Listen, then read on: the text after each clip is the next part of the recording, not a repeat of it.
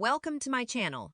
Shiba Inu's price initially showed signs of recovery, briefly reaching 768 cents amidst Bitcoin's uptrend. However, it is now seeking support at 750 cents. The launch of Shibarium, the network's Ethereum Layer 2 solution, and the SHIB burn program are expected to help SHIB gain momentum and target 1 cent.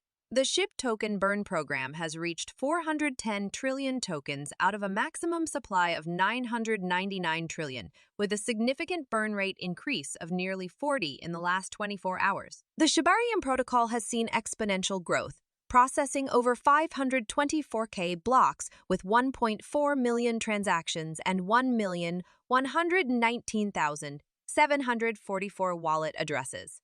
While the SHIB price was affected by the August crypto sell-off, the community anticipates the SHIB burn program's resurgence, aiming to reduce SHIB's supply and improve its technical outlook. Bulls must defend the critical support at 74 cents to avoid a potential retest of 652 cents before targeting 1 cent.